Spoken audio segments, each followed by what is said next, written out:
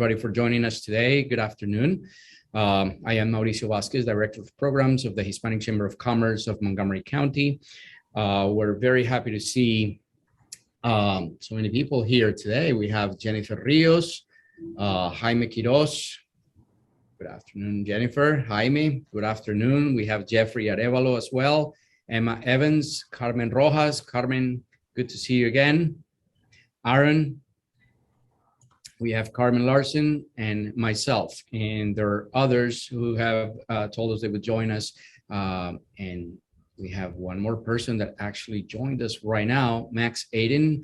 Max, welcome. Good afternoon. So thanks everybody for joining us today. We have the pleasure of having David Blair, who's running for county executive. David is a long Montgomery County resident. And a community advocate, philanthropist, and entrepreneur working in support of civic and nonprofit organizations throughout the county to end poverty and homelessness, promote healthy living, empower children with disabilities, and provide quality early childhood education. David believes that when an opportunity opens a door for him, it is his duty to reach back and pull the next person through. He views progress and success from the bottom up, not the top down. He's running for county executive because he believes Montgomery County can and must do more to be accountable to the most marginal groups in our community, improve education, and create good paying jobs. David worked closely with the Black and Brown Coalition for Excellence in Education to advocate for equity hubs focused on providing in-person education to the students most at risk of learning loss from virtual instruction. He organized business leaders from around the state to advocate for the Kirwan Commission recommendations that became the blueprint for Maryland's future, which updated the state's education funding formula and focused on closing longstanding educational inequities. David has been directly involved in many nonprofits through board and committee work, such as the Greater Washington Community Foundation Grants Committee, County Executive Ike Leggett's Economic Advisory Group, the Montgomery County Chamber of Commerce, and the universities at Shady Grove through the Entrepreneurship Lab he founded in partnership with the institution. David served as chairman and CEO of Rockville-based Catalyst Health Solutions from its founding in 1998 through 2012, growing it into a Fortune 500 company and one of Fortune's world's most admired companies for the quality of its products and services and the outstanding benefits its employees received during David's leadership. The company provided millions of Americans with more affordable prescription drugs and better access to healthcare. David, welcome. Thank you for being with us today. Well, thank you. I very much appreciate the time to meet with you and to hear your thoughts. And, the best, from my perspective, I think it's most interesting once I start hearing your questions or your suggestions. So I'll keep my opening remarks, probably just 4 or 5 minutes, so we can kind of get into the meat of the conversation. But if it's okay, I'll just kind of expand on that introduction a little bit and share with you kind of who I am. Most importantly, why I'm running. As you mentioned, I'm a longtime Montgomery County resident. In fact, I'm a lifetime Montgomery County resident. Grew up originally in Rockville, then later in Darnestown. My wife and I are raising our family here. I went to school here. As you mentioned, I started a business in Rockville many years ago. Long and short of it, it's home. This is where I live.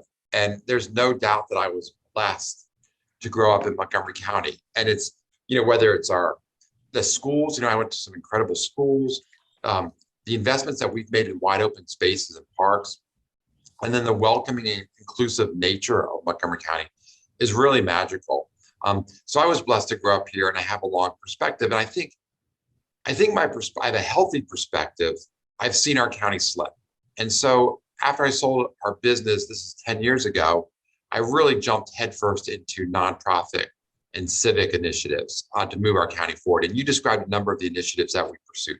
A lot of initiatives on education, healthcare, supporting small businesses. But the more I got into the county, the more I became aware of the challenges that we faced. So much so that I ran for county executive 4 years ago, and running against 5 longtime politicians. I came up 77 votes short. Today, I remain I'm concerned, perhaps even more concerned.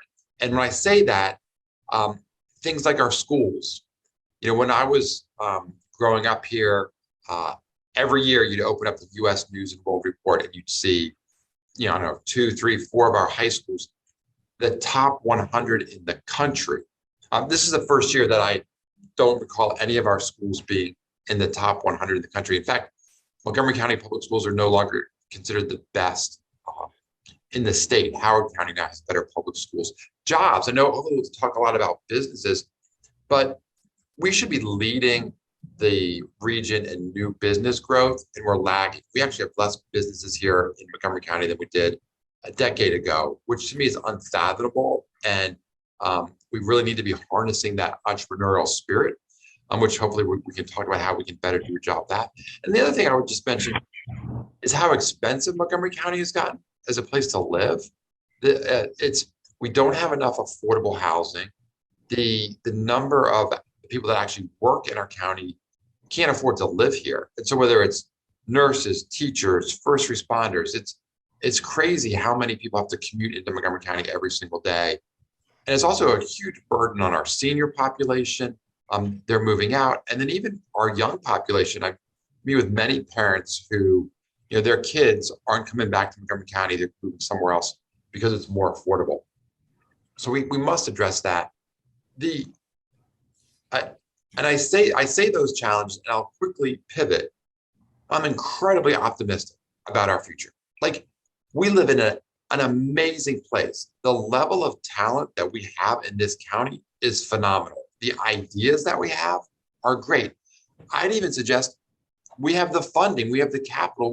We're still one of the richest counties in the United States. There's 3,100 counties in the United States. We're the 17th most richest. So we've got the talent, we've got the ideas, we've got the funding.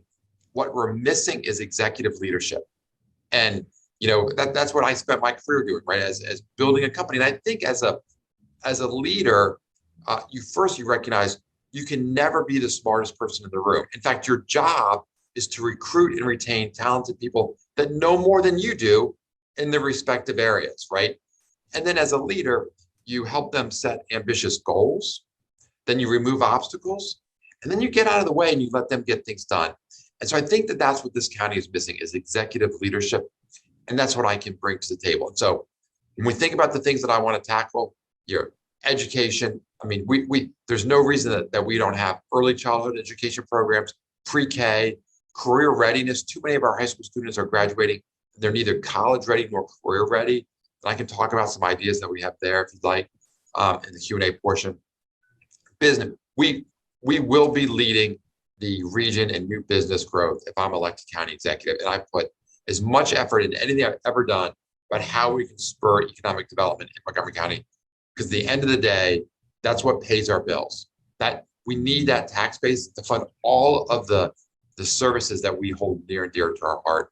And then for affordability, we should be building affordable housing around the new Purple Line stations, and around some of the existing Red Line stations. We have where there's public transit, we have an opportunity to build beautiful mixed income, mixed use neighborhoods where people want to start businesses, where young people want to live. And so we'll do that. So let me end with where I started. I was incredibly blessed to grow up in Montgomery County. And no doubt that's because so many people made sacrifices before me. I feel blessed for that. And now I'm paying it forward for the next generations so that they have the same opportunities that I did growing up here in Montgomery County. So Mauricio, with that, I'll stop. And then I would love to hear suggestions or questions or comments from you or the group that's joined us. Absolutely, David. And thank you for that presentation. I want to start with a simple question. It's, what would you do as the first order of business if you're elected Montgomery County executive? Well, so we need to change the tone at the top, how we support businesses, because I knew as an executive with our business in Rockville, at first I didn't have a perspective because we just had one office in Rockville, but over a dozen years we had offices in 30 different states and thousands of employees. And I got to work with many different municipalities. And I'm not exaggerating by saying that Montgomery County was the most challenging, whether it was inspections, permits, redundant laws, regulations that were duplicative. I actually felt like I almost needed to apologize to the county government every time I hired somebody because it was creating more traffic for them. Like I was like, sorry guys, we're growing again. And so we have smart people in county government that know what to do, but and I saw this when I was on Ike Leggett's economic advisory group. They actually don't know what businesses need. And so they think about, like, I'll give you a very specific example. I remember one meeting, the lady that was running the permitting process, she came in and she said, this is almost a direct quote, everyone gives me a hard time because the permitting process is so difficult. Last year, our new construction insurance rates were some of the lowest in the country. They should be thanking me now. And I was like, I don't think, like, if it's a new business owner, I'm not worried about new construction insurance rates. I'm worried that I was supposed to open up in February, and now it's been delayed until June because of some arbitrary, whatever rule, permit, whatever might come up. So I think I got to change the tone about how we support businesses. And that's as simple as making sure everyone understands that it's the small business community that pays your salaries, right? So we need the businesses because they actually hire people shop there. That's our tax base, and that pays for things. So I've got to change that tone about how we treat businesses. And then I'll start to change the metrics. So let's go to the permitting department. So I would say, we're not going to worry about new construction insurance rates. How many new businesses opened last week? Okay, how can we double that for next week? How can we reduce the time to get those permits? And we'll go through everything. And I've actually had roundtable discussions with business leaders from different segments, talking to them about the specific things that need to change within local government to better support them. Because clearly, we should be leading the region in new businesses. Not to be incredibly long-winded, but I guess I already am. But let me just add one more thing. So in Montgomery County, 1/3 of our residents were born outside the United States, which is incredible. Like, we have this huge asset that we have a group of individuals that, and I say that's entrepreneurial, right? Because if you've moved to a new country, maybe you've learned a new language, a new culture, new systems, there's so many entrepreneurial qualities in that. That we should be sprouting new businesses up all over the place. And so we've got to make sure that we're giving those entrepreneurs everything they can to succeed with their new businesses. So really long way to answer your first question about what one of the first things I do. That's what I would do. Okay, so we have a question here from Emma Evans. Emma, did you want to go ahead? You have your hand raised. Yes, thank you. Can you hear me okay? Yes. Yes. Again. Okay, great. So I have a couple of questions, but I'm going to sort of continue on this line of supporting entrepreneurs and small businesses. I mean, I think if you look around the county, you see quite a lot of available storefront space, right? And so there is space available, but I think for small businesses and people starting out who may not have the negotiating power or the leverage to deal with some of these bigger property management companies that are, pretty impersonal, and have, pretty specific ideas about the kind of deals that they're willing to strike. It's really hard to get good space for like a storefront business. And so I'm just wondering what your thoughts are about what could maybe be done to sort of incentivize, some of these, larger property management companies to maybe work a little more collaboratively with small business owners and entrepreneurs, or what else can sort of be done about access to prime location? Well, so that's a great question, Emma. And I actually, no one's ever, it's weird. I've been running for county executive now this time for almost a full year. And to say that I've had thousands and thousands of questions would probably be an understatement. That's the first time I've ever had that question. So I appreciate the thoughtfulness.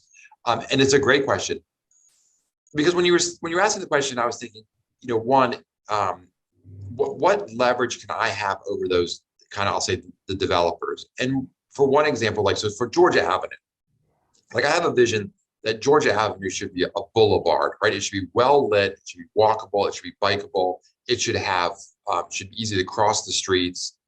Right now, it's not kind of, I'll say, quote, business friendly.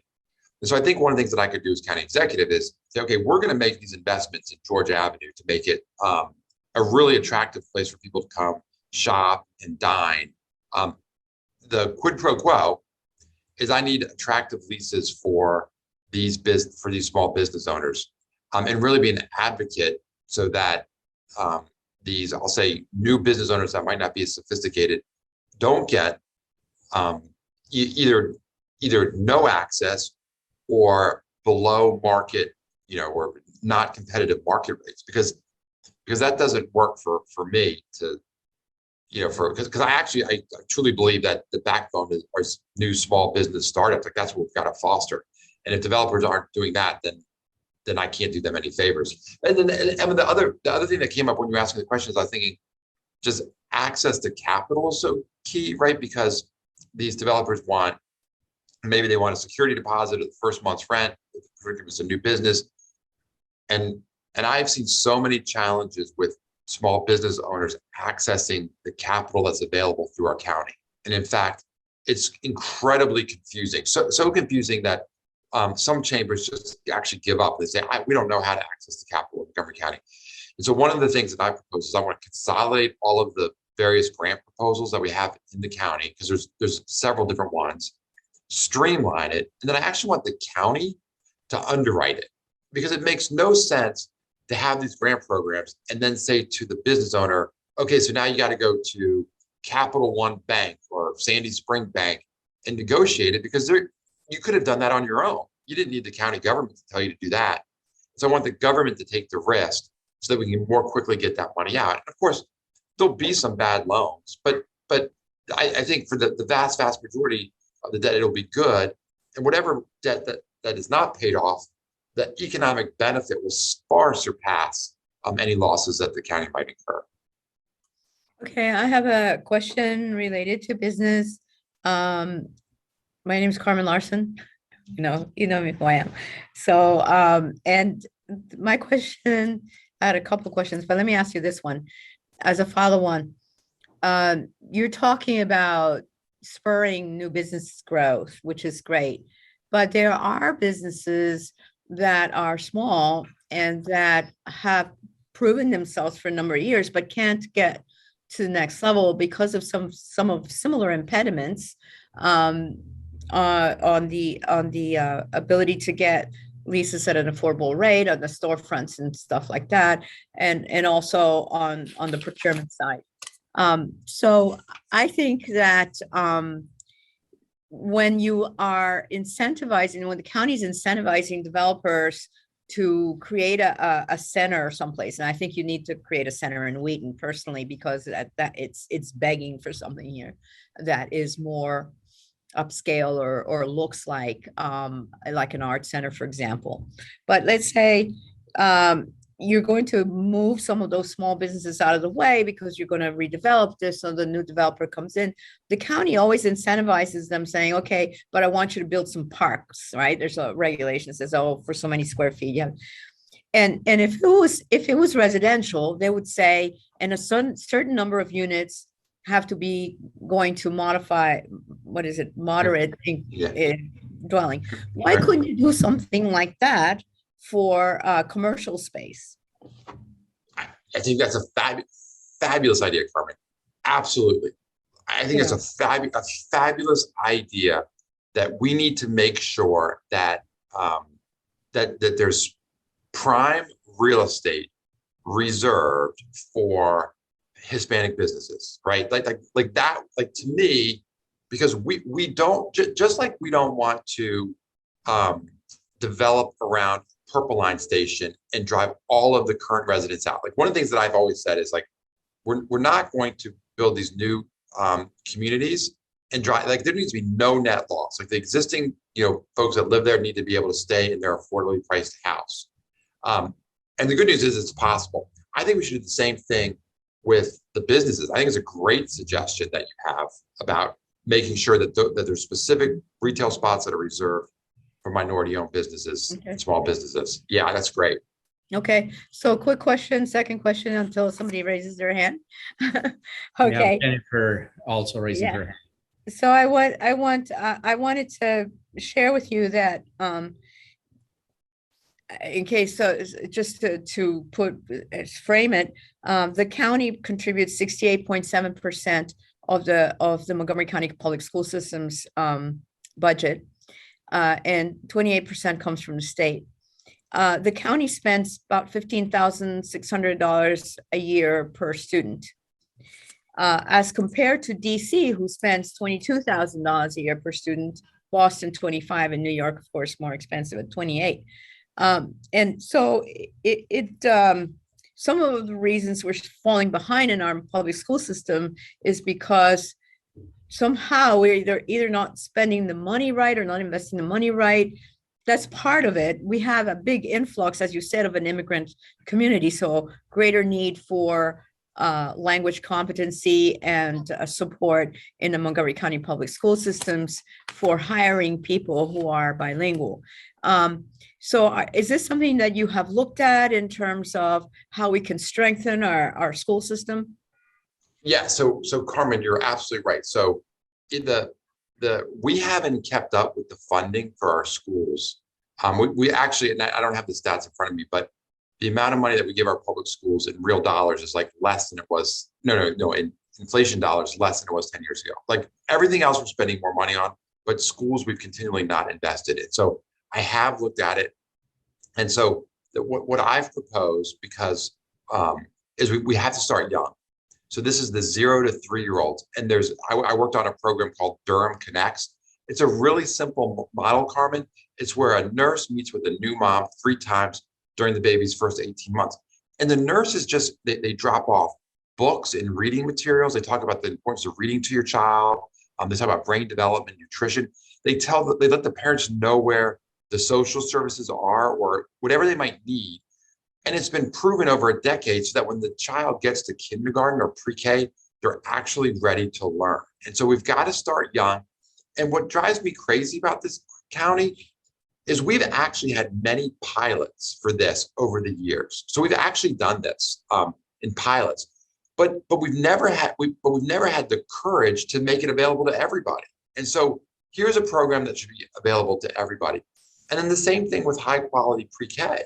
We do have some high quality pre-K in the county, but not everybody. And so clearly, as one of the richest counties in the country, we should have high quality pre-K for everybody. And I mean, so like West Virginia has high quality pre-K for everybody. My wife's from Oklahoma. She always tells me, hey, we have pre-K for everybody in Oklahoma. We've got to have pre-K. And so we've got to address that. But then Carmen, also the specific things that you talked about, let's say the inequities. And this is something that my foundation started working on many years ago, which was we were just looking at the average experience of principals and teachers in high need schools versus, I'll say, high, let's say the W cluster, the Whitmans and the one. And it was all out of whack. It was like the schools that actually needed the best principals and the best teachers had the least experienced teachers and principals. And then conversely, the best schools had people who've been there for 15 years. And so I was actually talking to Dr. Jerry Wiest about, I've been talking to everybody. And he said, David, he goes, when I was superintendent, we would pay teachers and principals more in those high need schools. Do we have to attract them? And he said, not only do you want to pay them more, but then let them pick out their own team. So we've got to get the talent to the schools that need them versus the schools that don't. And so those are just some of the things that I would really push for. Thank you. Looking for hands here. Emma Evans. Jennifer has a question. Jennifer, where's Jennifer? You don't have Hi. a hand up. There you go. Yeah, I'm sorry. I put my hand up instead of the little hand. Like Hi, David. It's good to see you running again. I attended several events that you had in 2018. Matter of fact, I was looking for a picture that we took. I even got a chance to sit at a table with you and your team out in Montgomery County as part of the veterans program that you were trying to establish. So I'm really excited to see you back out here running. So The question that I have is, what will you do in order to meet the socioeconomic goals? For instance, I'm a service disabled, veteran-owned, economically disadvantaged, Hispanic owned company, like others here on the call. And there's so many goals that are set every year for, different levels, right? So SGB, they all have different percentages that you all have to meet. However, we went into a lot of competition, as Carmen mentioned, that you'll have large companies competing, hiding behind small businesses. And then when you have companies that have the good experience and are in Montgomery County, we don't get the business. So what are you going to do to help leverage or to help meet small businesses, help meet those goals? Thank you, Jennifer. It's great to see you again. And I remember that roundtable that we had 4 years ago. So it's good to see you. So on the procurement front, so a couple things that I would suggest. One, that we have to make sure that there's no exceptions for the prime contractor. So one of the things that's really that I've seen is, if there's a prime contractor that needs to, let's say, have 10% for a sub, we have an exception. And we actually had an event last week, and there was a woman who runs the franchise Signorama, and it was interesting. She has a minority-owned business. She has a location in Montgomery County and a location in DC. And she was saying how the DC business thrives because there's no exceptions. Whereas in Montgomery County, there are exceptions. And in fact, in DC, if someone's looking for an exception so they don't have to provide business to a minority-owned business, they actually have to put an ad in the newspaper saying, we can't find a company do this. So they really kind of shame everybody. So I'd say no exception policy. Two, I would challenge what our goals are, because the goals that we set are always percentages, 23%, 26%, 15%. And Jennifer, I can't figure out what the numerator is and what the denominator is. It's very confusing. And then everybody wants to do a victory lap. Like I heard someone say recently, we're up to 26% from 23%. I'm like, of what? Of $6 billion, of our $6 billion budget? No. So it's of course, you probably know this, right? It's of eligible contracts that they define by eligible, so as county executive, I'm going to set a dollar amount so that it's clear, $500 million, $200 million, and then we can measure it to that goal. But I think really the thing that kind of gets to the crux of your question is we've almost got to reverse engineer procurement so that when we look at where the county is spending our money and say, okay, here's how we're spending our money. We have no Latino businesses in IT or whatever, or marketing, whatever and actually kind of be proactive so that we can attract those businesses. And then when I was in business, I worked with procurement all across the country, and I saw good procurement and bad procurement. And one of the attributes of good procurement is, I call it the debrief session, right? And it's either after a company loses, or it could be before you bid. So that and it's the in this case, Montgomery County government walking the contractors through. Here are the requirements. This is what we need. So we need you to have a 24/7 call center. We need that, whatever it is, so that you can either be more successful in winning the contract, or if you lose, there should be a playbook so that you can win again. And so those are three things that I would do to try to help. Oh, can I give a fourth? Can I just keep going? Because I don't know, Carmen, we can't hear you. Yeah, sorry, Carmen, you're on mute. Okay, I was so hoping you would read my lips. No, I was saying you can quickly to give a fourth, but Jorge has his hand up, so. Okay, well, I'll throw it in later. I'll get it in if nobody asks a question. Go ahead, Jorge. Okay, David. First, thank you for running. We need you. Okay. Thank you. My question is, so several years ago, the economic development department was part of the county as a function, and then it got it ended, but then it was shaped as the Montgomery County Economic Development. And I understand that there are many reasons why you need to have a a nonprofit supporting economic development. But what seems to me that happened along that side was that the focus on economic development left the Montgomery County government kind of as part of a mindset. So I wanted to hear your thoughts on that, and how do we make sure that economic development continues to be at the center of a lot of the initiatives of the county. Thank you, Jorge. It's great to see you as well, and I appreciate the kind remarks. Yeah, so I didn't really follow the logic between moving it from county government to its own separate entity or moving it back. But I will tell you, I was as a business person, when that transition took place, there was no noticeable difference from my perspective. And so to me, regardless of where economic development resides, it needs to execute. And I think we've seen a lack of execution. And when I met with MC, EDC, whatever, I'd say 2 years ago, it was before the pandemic, I had a long meeting with them. And they were getting ready to go to, there's a music festival in Austin, Texas. They were going to the South by Southwest Music Festival to attract companies. And then they were going to something in Boston. And I'm like thinking, okay, this isn't how you attract businesses here.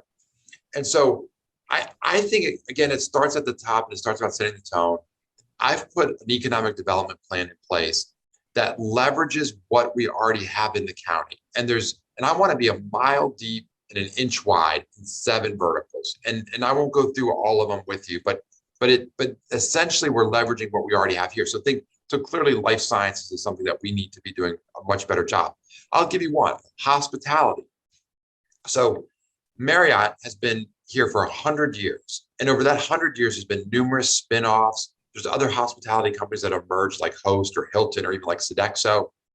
And so I've talked to the CEOs of these companies about how can we create incubators? Like, will they put money forward so that we have the startup capital for hospitality companies here in Montgomery County? So no matter where you are in the country, let's say you graduate from Ohio University, you should be, I need to go to Montgomery County because I have an idea for a touchless door entry system.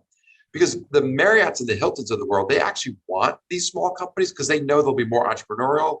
They'll give them seed capital. They'll help they grow because they have, and secretly they're thinking, well, I can buy that someday, right? And then the entrepreneur is thinking, okay, I can sell my services or products to these companies. So that would be one example of where I would go a mile deep and an inch wide. And I think that vision, regardless of whether it's in a separate entity or within county government, needs to be executed on. Okay, thank you. Thank you, David. It's a good thing we have to call the MCDC in to explain themselves, right? Okay, so I don't. Oops, Carmen, can't hear you. Emma had her hand up earlier. I don't know if she still had a question. Did you have a question? Yeah, sure. So we've kind of moved on from the education piece, but I can certainly circle back to my question from what you were talking about earlier. And I really sort of appreciated your perspective on the inequality sort of across schools in the county. And I think something that I see a lot is, families feeling really worried about where they're going to move, where they're going to buy their house, because they're going to be in a quote unquote, bad school area or a less desirable school area. And, I think I understand where that's coming from. But I think that also stems from something that they're not looking at on, when you go to all the school rating websites and things like that, which is there's like a school culture issue that's happening. And I think it's tied to a lot of what you were talking about before around staffing issues and the sort of experience and expertise of administrators and teachers in some of the schools in the county. And so I guess that's probably a piece of this question, but it seems like there are schools that are maybe, not Whitman or Churchill, but that, probably have some really great teachers and have might be a good fit for certain students, I guess is what I'm thinking. And I guess I'm just wondering like how we address the school culture issue, maybe through some of the funding ideas that you were mentioning earlier. And how do we sort of not allow, these sort of value judgments around schools to sort of seep into student morale, which is something that I have definitely seen. And maybe that's through, more opportunities to do technical work or other things. But I guess I was just curious what your thoughts were about that. Well, I think, Emma, one of it is just addressing the inequities, right? And sometimes these inequities are incredibly close. So our campaign office is here in Rockville, Maryland. There's two high schools that are less than 5 miles apart. You have Wooten and you have Rockville High School, and they're 5 miles apart. They're separated by 355. Wooten, 85% of the kids graduate, and they are college ready. And just 5 miles away, you're at 63% of the kids.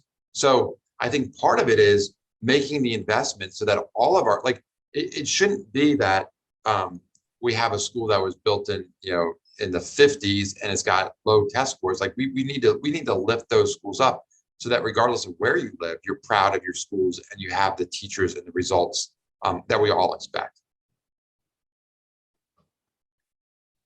Jorge.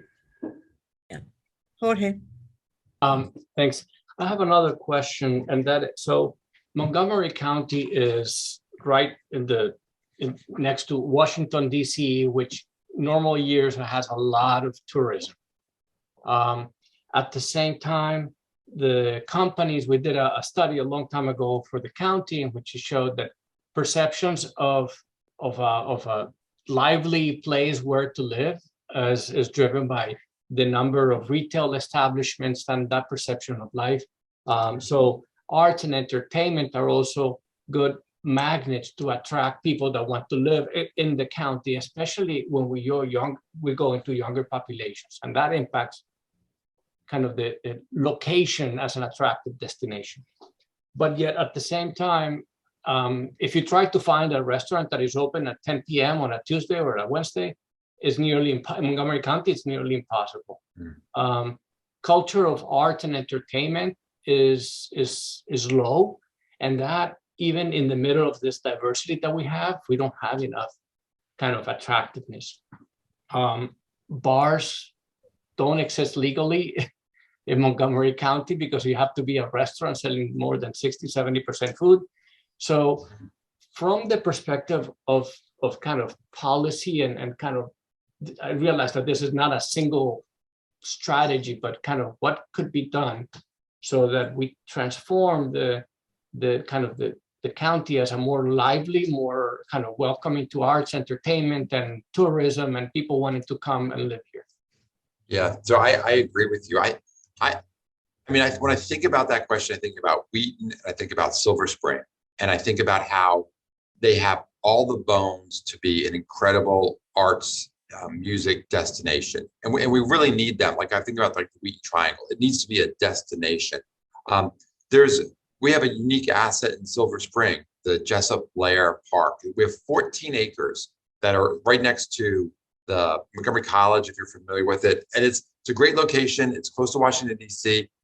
And so I've been talking to business leaders, about how do we transform this into an outdoor arts park, and then we could take that David Blair house and turn it into a museum so that people would want to come there, shop. So I very much want to make investments. In fact, and Jorge, when I mentioned earlier that I've got 7 areas that I want to be a mile deep on, one of them is the Silver Spring Wheaton area, because I believe that's really got to be the heartbeat of this county. They need to be thriving for Montgomery County to thrive. And this was interesting. This was like, I don't know, maybe like 10 years ago. I think it was like in Vanity Fair magazine. It said that Silver Spring was going to be like the next Brooklyn of the United States. It was really positive about how, and then we didn't execute on it, but I don't think it's too late. So I want to bring arts and like a music festival. Like we need to make Silver Spring a week destination. And then if I could just add on One other thing that is really surprising for a county as rich as we are is we don't have a venue that could seat 5,000 individuals. So today, when we have a high school graduation, our kids are leaving the county. Most of them go to Washington, D.C. or elsewhere for their graduations. And so when I think about like East County, like White Oak, like we've got 300 acres. Like let's build a 5,000 seat, indoor auditorium so that one, we can have high school graduations, but also, again, it could be a destination place to help spur economic development. So those are two ideas I'll share with you, but I love the way you're thinking about the arts. Jennifer, I'm sorry, go ahead. Jennifer. Hi, Jorge, just to touch on the initiative for Silver Spring, I just wanted to let you know that there is an initiative called, it's the Bill 3-21 Special Taxing Area Law that's for the new Silver Spring business improvement. It's called the BID. I'm actually sitting on the board of directors for that, and that is going to be one of our main focuses to bring in business into the Montgomery County and Silver Spring area. So I'm really excited about that, and that's going to include like the arts and music, the festivals, and anything that we can do from date nights, etc. So I'm really looking forward to that. We are just pending funding now, but we were supposed to start in January, but it's been pushed to July.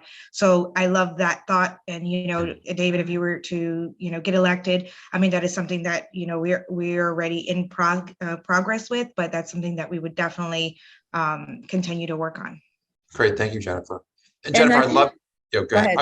Jennifer, I love your post in the chat. You're absolutely right. We need to pay our teachers more. And our teachers are now in the middle of the pack in the region. And what's happening, and because there's no affordable housing, we're losing our best teachers because it's like it's cheaper to live in Frederick or Howard, and then you can make the same amount of money. So we've got to pay our teachers more. You're absolutely right. Yeah, and so my next question has to do with affordable housing, right? So affordable housing has become sort of like a catchy phrase. Oh yeah, we're going to do affordable housing, but there's not a lot of meat behind that thought or strategy that really works. So nowadays they're thinking affordable housing is really going to be in remote areas where we don't really have access to public transportation, or some, where a lot of people don't want to go live. So it's not in the vibrant areas. So we need to, I guess Janice Freeman from the African American Chamber would say, we need to define what do we mean by affordable housing? Do we mean a remote area place or what? The median income of an individual in Montgomery County is $54,000. And I guess they're saying the median household income is $104,000 or $108,000 a year. But if you are a single parent and you're making a median of $54,000 or even $60,000, and you have to pay $3,000 to $6,000 a month on rent, how are you going to do that? So I think that we need to take a really hard look at what we mean by affordable housing. Maybe they're saying, the developer's saying, well, if we develop new structures, then there's a lot of cost inherent in it. But maybe we can retrofit some older buildings or even some commercial buildings into multiple family units. And one more thing is, I think a lot of people, young families who are starting out, can't afford to have their young families in a home or are struggling to make that mortgage payment. So affordable housing isn't just rent, it's also, how do I own a house? How do I get into home ownership? So those are things that I think it's a big issue. And I didn't know if you could just give us some insight on maybe one priority that you think you're looking at. So Carmen, so it's interesting. We've spent hundreds of millions of dollars on metro stops. Right. And so like my metro stop is Shady Grove. Shady Grove Metro is kind of, and for years, I never really thought, well, why do we keep buses parked out there? And so it's like you have this incredibly valuable real estate where you could actually build density because you actually have access to a or to the metro right there. It's actually like where I have a 25-year-old son who's moving to Arlington because he can't find something that's cheap enough for him to, and he actually, weirdly, I hope the embarrassing I'm telling you this, he makes $50,000 a year. He cannot afford to live in Montgomery County. So he's going to Arlington and he can get a cheaper place and it's a better place. But let's go, so where we have the metros, so whether it's Shady Grove, White Flint, Forest Glen, the new Purple Line stations, we have an opportunity to build mixed income, mixed use neighborhoods where It's where young people want to live. It's where people want to start their businesses. It's senior citizens may very well want to live there because it'll be less expensive. It'll be walkable. So we have the properties and we have the zoning. What we don't have is the leadership to actually get those things done. And Carmen, what I love about I've met with like EYA is a great developer, and they have the plans the plans already exist for around these metros. They can guarantee that 100% of the people that live there now in affordably priced units get to stay there. And you're going to move someone from a 1950s style row house that's completely energy inefficient to a brand new unit, right? And so their quality of life will go up. And then when we think about our children, and I'm sure many of you are familiar with the stats, when you bring in mixed children from mixed income households, everybody does better. So I think we have a real opportunity to create affordable housing. And I'll also just say, and I don't know that anybody would disagree with this, I believe it's a fundamental right that if you work in a county, you should be able to afford to live in the county. And it's just not the case here. It's so many of the people that actually work here can't afford to live here. It's why we have such bad traffic on 270, because all of those people who can't find a place to live that they can afford have to jump in their cars to come down here to provide the services that we need every day. So that's how I would attack this, and I would attack it aggressively.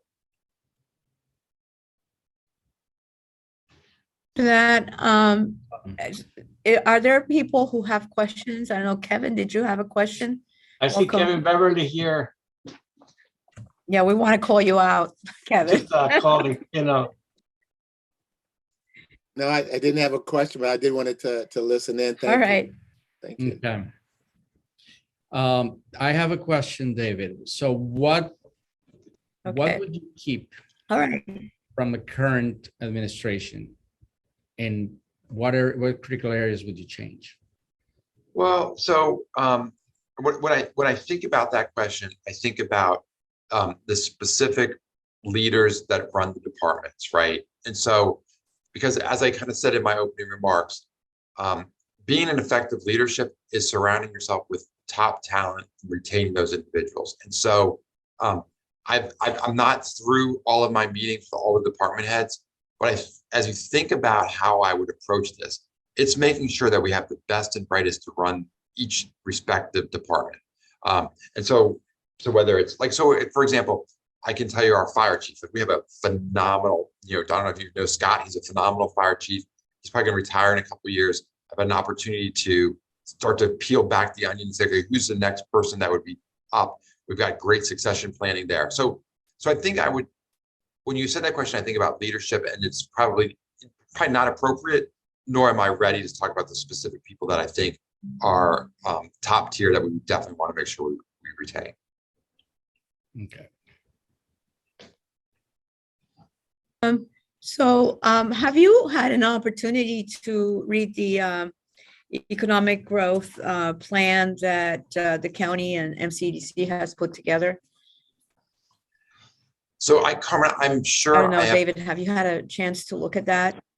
I'm sure I have. But I know you have a lot of stuff on your plate. But if you ask me a specific question about it, I'll probably screw it up. So assume that I've at least looked at it and flipped through it. But I clearly focused on running and also my own plan. But go ahead. Sure. So the income, the county has to make its income reach all these different things that we talked about, education and affordable housing and all that. So one of the things that we have to keep in mind is that the county is funded by real estate in the county, right?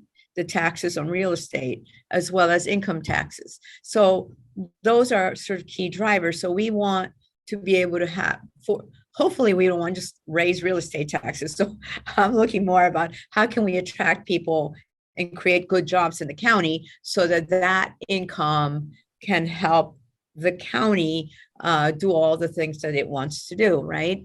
So one of the things that we were looking at is how can we have good jobs in the county that are going to, and the housing in the county that are going to attract people to come in and settle here and have a good living condition. And that good living condition includes not just a good job, but a good place to raise your family, like you talked about, early education, parks, good environment, and transportation. So one of the major problems that we see in the county is that the average commute in the county is about 30 to 35 minutes. How can we improve? What thoughts have you given to how we can improve reducing the congestion on our roads and the constant, having to take forever to get from one place to the other if you're taking any major roads? Yeah. So Carmen, so you're spot on about kind of the financial drivers for the county. And early in my career, I was working with the Catholic hospital system. And when I'd walk into their corporate offices, on the wall, it would say, no margin, no mission, no margin, no mission. So meaning if they didn't watch their bottom line, they couldn't pursue their mission. Of course, their mission was healthcare. But I think about that with Montgomery County, because I think we actually have a mission here in Montgomery County, right? So when we think about how generous we are and how we want to open the doors for people and give people opportunities, that's our mission, but that costs money.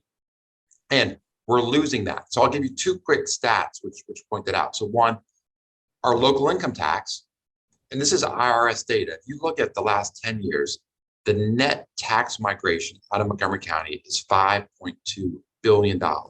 Meaning if you added up W-2s that come in and subtract W-2s that go out, we have this deficit of $5.2 billion. Multiply that by our 3.2% local income tax, and you can see that's a $150 million hole that we face now. And then the other point that you made, which is property taxes. Well, it's a big deal. And when we drive by an office park and we see for lease signs, we could say, well, what do I care? I'm glad I don't own that building, right? But we do care because the property taxes are based on assessed values, which are based on leases. So I'm looking at it across my window at Executive Boulevard. I know there's 9 buildings on Executive Boulevard. 10 years ago, they were paying $3.2 million a year in property taxes. Today, they pay $2 million a year in taxes because their occupancy has dropped. So it is so important that we have jobs here because it is our tax base. So we got to stop those good jobs leaving. We know where they are. When we drive to Dulles Airport, we see them along the toll road, right? We got to bring those back. And then Carmen, that can go all the way, I'll circle this all the way to how you concluded your remarks, which is transportation solutions. You can't build 270 wide enough. You can't build enough bridges across the Potomac River if you don't start creating jobs here. Like the easiest way to alleviate traffic congestion is to build. I mean, can you imagine? I mean, like we don't have a problem with the traffic at 8 o'clock in the morning coming from Virginia into Maryland across the American Legion Bridge, right? But we should, like, that would be a great aspirational goal. Like, how can we at least get it on par so there's as many people going in each direction every morning? So that's why I've spent so much time on this economic development plan, and whether it's life sciences or whether it's hospitality or Silver Spring, and I can even I'll make sure that we post our website. I can, so people can look at that. It's a voluminous document that goes into pretty excruciating detail about how exactly we do this. But you hit the nail on the head. We've got to bring jobs here because it pays for schools, housing, the services that we so richly deserve. Okay, thank you. And Kevin, you had a question. Kevin, I do have a question now that I've listened to some. So, actually, 2 questions. One, Carmen and I both sit on the board of the Montgomery County Economic Development Corporation, and would like to get your take on. So it came out of governments, 7-8 years ago, I guess, at this point, just toward the end of Mr. Leggett's term. And I would just appreciate your take on what you think the priorities of that organization should be, and if you've had any exposure to it, and what's your impression? What would you say? Yeah, Kevin, I do have some experience with it. So one, I've had the chance to meet with Ben several times, and he's incredibly impressive. I like Ben a lot. I think he very much seems like the right leader. I've seen some challenges. I mentioned, I don't know if you were on the call when I mentioned when I met with them several years ago, they were focused almost exclusively on recruiting businesses to Montgomery County. So they were going to music festival. They were going to Boston, try to get businesses here. I think that's incredibly difficult to do. This is a very expensive place to live, and it's going to be hard to recruit businesses here.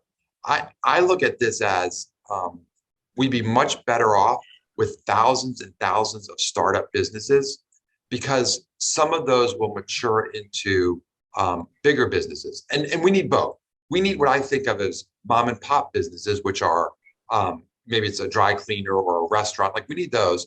But then we also need what I think of more like startups, like technology companies or healthcare companies, or we need both, because some of those, like Discovery was in Bethesda or in Wheaton for so long because it was started here. We didn't like, and then like I never, like when I had my headquarters in Rockville, we got solicited all the time to move, but I had my kids in school, my parents lived down the road. I wasn't going to move the company. I was like, this is home. And so I think we've got to, I guess if I was going to challenge Ben, it would be about how can we do a better job fostering new business growth, and I think someone, I don't know who brought it up, maybe it was you, Carmen, that we actually also have existing businesses here that we need to do a better job supporting, right? And that goes into my whole buy local program. We've got to create a Montgomery County brand where everybody wants to buy local. And if you come to our campaign offices, you'll see we have a huge wall that's all Montgomery County made products, or we have their services, we have the displays, because we got to promote Montgomery County businesses, because that's the fastest way that we can grow this economy, is if we all buy from each other. So that would be my 2 cents for MCEDC. Okay, thanks for that. Sure. And the other question is, do you have an opinion about the way Montgomery County deals or does with liquor control? So it's a highly, you're touching the political third rail, right? Because there's high emotions run on this topic. I've convened numerous restaurant roundtables to understand the issue. I'd say there's, genuinely speaking, most people want to get rid of it that are in the restaurant business, or so I'd say 15 out of 20 would be probably a typical group that we would have when I ask people to raise their hands. The groups that want to keep it tend to be the one, like, so Potomac Pizza is a great example. So Adam, Adam's his first name. He owns Potomac Pizza, and he goes, David, what I like about my store in Montgomery County is I only need to make one phone call to order alcohol, whereas in Prince George's County, I have to call up Budweiser, I got to call Miller Lite, he's got to call up all the different distributors. He says it's easy. But then when I talked to my friend Chef Jeff, he's like, I hate it because I like this special champagne. They never have it. It's a pain. So what I've proposed specifically, Kevin, is let's just open it up to competition. So let's let a restaurateur have a choice.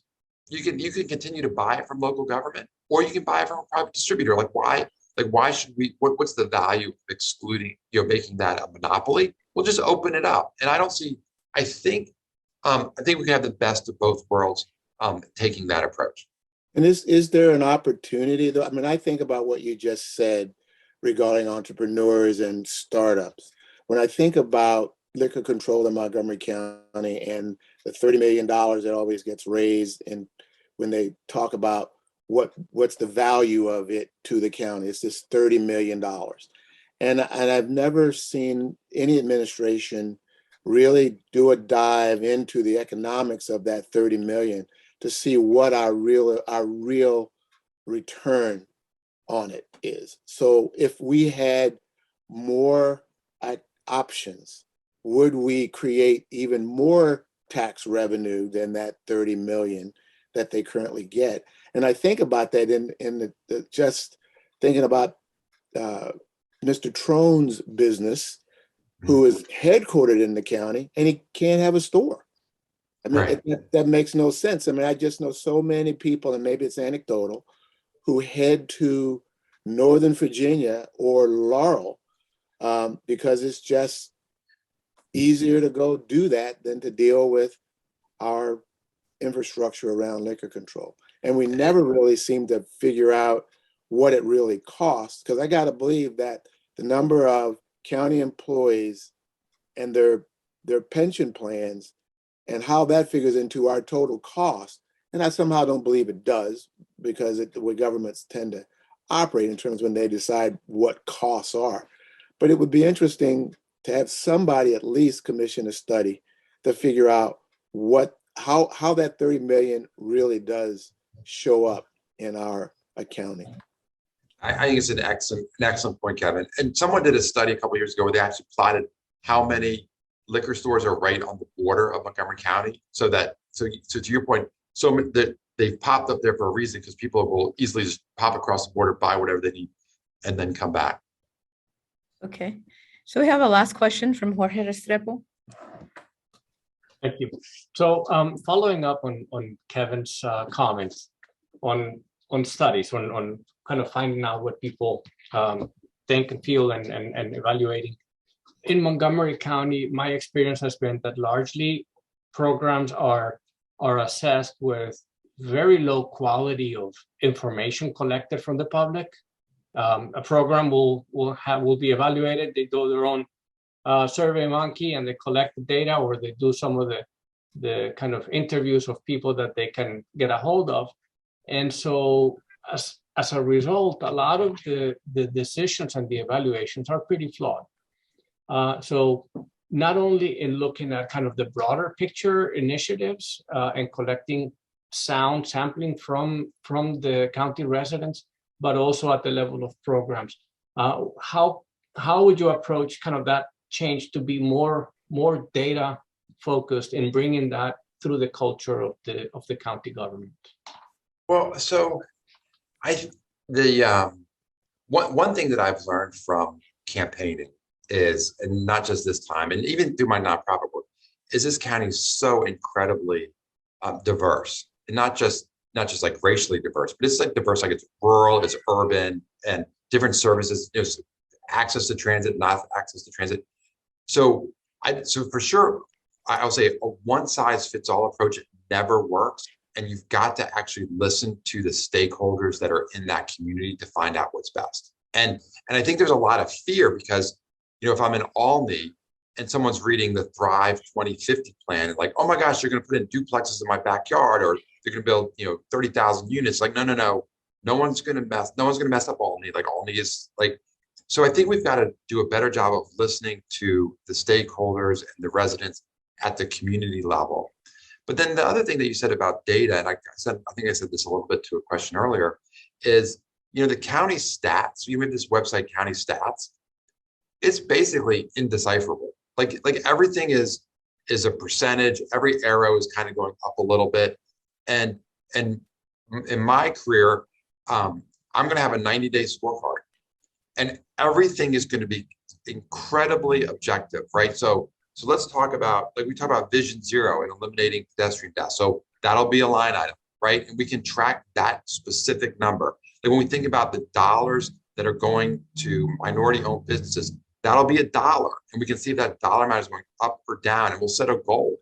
And even, so I've got a list of all the different metrics that I want to report on, but there's simple things that everyone will understand versus 50 dashboard reports that are just, that make it, I don't know what they do. Maybe it looks like we're doing well, you just can't tell. So, and I think, and the other thing that comes up with when you ask that question is the level of transparency that we need to make sure that these decisions are not happening behind closed doors, that all of the stakeholders are in the room and can have access to the information. Okay. Well, thank you very much. Is there any follow-on question? Because we're going to have to close it out here. It's been an hour, David. Thank you. Yeah. It's been a fantastic Q&A session. So I really, yes, go ahead. No, I was just going to, so Carmen, Mauricio, and the entire group that joined us this afternoon, thank you for your time. And please follow along the campaign. I hope to see you on the campaign trail. Great to see you all. And you have some event coming up, right? Oh, I'm sorry. You know what? I was supposed to say that. So yeah. Thank you, Carmen. So on this Saturday, 1 o'clock, we'll be opening up our Wheaton office. And so that's a big deal. Stop by anytime from 1 and 3.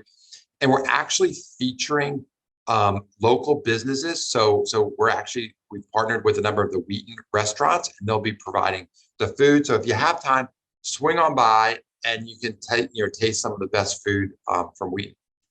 And what is the address? Yeah, what's the address? Aaron, can you post that in the chat room? Are you there? That might be the easiest thing. Okay. So yeah, so thank you very much for your time. And we look forward to seeing how your campaign goes.